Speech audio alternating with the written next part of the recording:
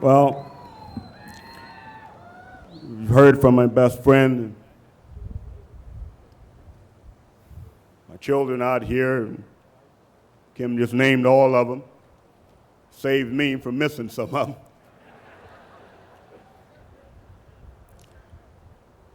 I would like to say, before I even say another word, that I want to give praise to my Lord and Savior, Jesus Christ,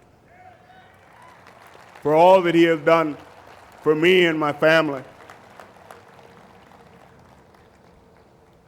This story begins a long way back. Houston, Texas. Sort of began when I was 12 years old because there were a lot of things happening at that particular time in my family. We're going through a lot. We're trying to go to the next level. And I'm the last of 10 kids, and when you have 10 kids, sometimes it's a little bit of a struggle to make it work. That year, when I was 12 years old, Mom and Dad went through a divorce. When I was 5 years old, my brother Dale passed away, and my second brother would pass away when I was age 12. That was a tough year. I had no confidence, had no self-esteem. Just a young ghetto boy in Houston, Texas, trying to figure out who he was and where he was going to go from there. And I want to tell you today, my mom sat me down one day when I was moping around and feeling sorry for myself, close to giving up. Began to listening to everybody else in the neighborhood that says no one gets out of here. No one has ever made it out of here, and you won't either. Besides, you don't have the ability, you don't have the skill, you don't have anything. My mom sat me down that day and she let me know something that I always knew, but man, I needed to hear it. Mom sat me down, she said, son, I want you to know something. She said, I want you to know that there is greatness in you. There's something special about you. I prayed for you before you were born, and every day since, it's in there, and you've got to find it for yourself. I'm going to do everything I can as a mother to get it there, but you've got to find it.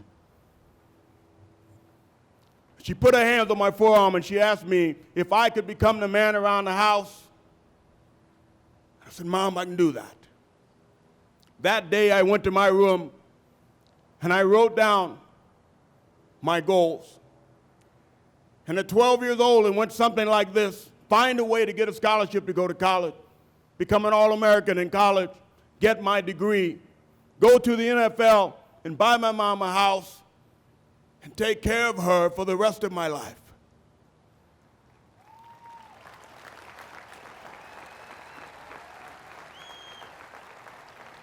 When I think back on that time, I think how important it is that we need to let people know, let our kids know, let our spouses know how important they are to us.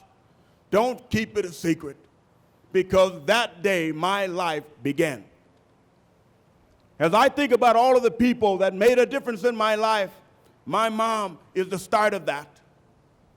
My mom is the start of that because she is the one that introduced me to the Lord and Savior, Jesus Christ. She is the one that said, Mike, with men all things are possible, but with him, with men things are impossible, but with God all things are possible. She said, son, I want you to understand that whatever you do, wherever you go, if you just take God with you, I know you're going to be okay. I want to thank my dad today. Took me a long time to realize how much he gave me.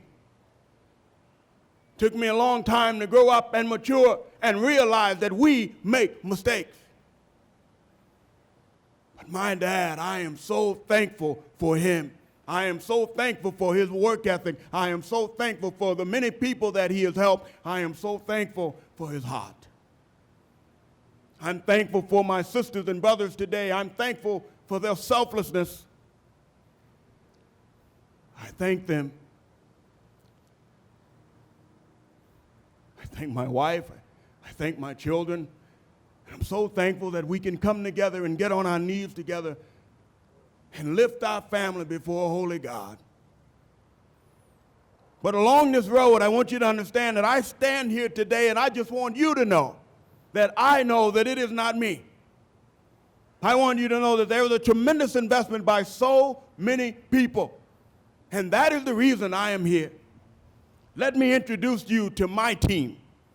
And to be on this team, you got to be able to give sacrifice. You got to be able to have integrity. You got to be able to have character. You got to be able to keep coming back, no matter how tough, no matter how hard it gets. Keep coming back. Goes something like this. These team players, these teammates that I have, starts with my coaches. In high school, I had a guy by the name of Coach Brown at Evan E. Worthen. Coach Brown taught me the work ethic. Son, nothing is free. You want it, you got to give it. You got to give everything you've got, son, and then more. Coach Taft, when I went to Baylor University, Coach Taft taught me about the importance of being a Christian athlete. Getting out there and playing within the rules, but giving everything you've got. And there was Coach Nelson, my linebacker coach, who taught me the fundamentals of playing linebacker when I thought I knew it all. And then I got drafted by the Bears, and there was Buddy Ryan, who captured a nation with the 46 defense and the imagination. And Buddy Ryan taught me what it was about to give ownership. And then there was Coach Ditka. This man was enthusiastic about life, taught me about vision. And a guy you won't know, his name is Coach McGinnis, who was my linebacker coach. When I was at the peak of my career, he was there. He was my friend. He was there in the twilight of my career when I lost a step, when I wasn't quite as fast as I used to be, when I missed that tackle that I normally would have gotten. And Coach McGinnis was still my friend. That is rare. Coach Tobin taught me discipline. Whatever the defense is, you call it and you run it, but don't change it. I didn't like it, but it was right. And a guy by the name of Tom Williams that taught me how to stand up and prepare for the game, prepare for the challenge of life. You all know about offensive and defensive players. Everybody wants to play offense. Everybody wants to play defense, but no one wants to play special teams. Well, let me introduce you to my special teams, and they are called my role models. Sitting over here is a gentleman. Right over there under that tent is a gentleman. As a young boy, I remember turning on the television and watching him play. I said, boy, I like that. I like the way he hits. I like the way he brings it to the house. His name is Willie Lanier. When I saw Willie Lanier, so I want to hit like that.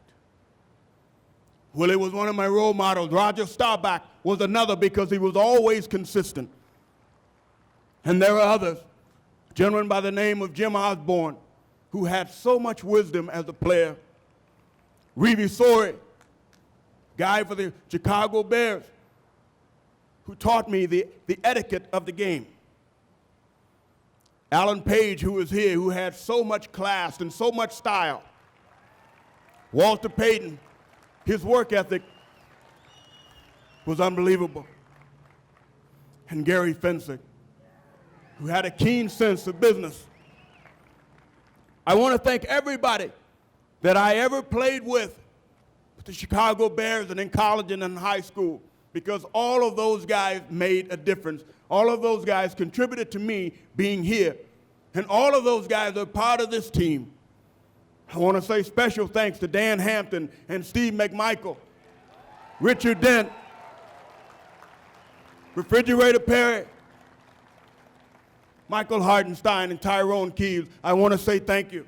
I want to say thank you to Otis Wilson and Wilbur Marshall and Jim Morrissey and Ron Rivera. Every time that you go forward in life, sometimes you fall flat on your face and you need people around you that will pick you up, people that will support you. I want to introduce you to my roommates because I was difficult to room with. Guy by the name of Leslie Frazier, Todd Bell, Danny Raines, Al Harris, Sean Gale, and Dave Durson. Those were the guys who, when I fell flat on my face, they were there to say, hey, Mike, get up, you can do it. They were there to pick me up. They were there to encourage me, and they were there to tell me the truth. Upstate because there was so much cheering. There were so many people just cheering. And it was loud and it was rowdy. It was the fans. People today say, these fans are crazy. Hey, man, you are the greatest. I want you to know that it's because of you. So many athletes are out there giving their all. And you stood there, sat there last night and watched those athletes walk across the stage. Some of them hobbling, some of them a little bit crippled, but man, they've been in the war. And that is what this game is all about. It is a war every day. And you just have to make a decision whether or not you want to be a part of it or whether you want to win. As I stand here, I want to say thank you to the Chicago Bears organization. I want to say thank you to Jim Finks and George Hallis and the rest of the Bears family, the rest of the Bears organization, the McCaskies. As I close, I just want you to know this from the bottom of my heart. I know that people will ask me, Michael, whether this rank, Hall of Fame, top of the world, son, what is that rank? I just want you to know that I am so extremely proud. I am so extremely proud to be sharing this honor with these gentlemen here and those gentlemen there and the gentleman here behind me. But the most important thing in my life is Jesus Christ.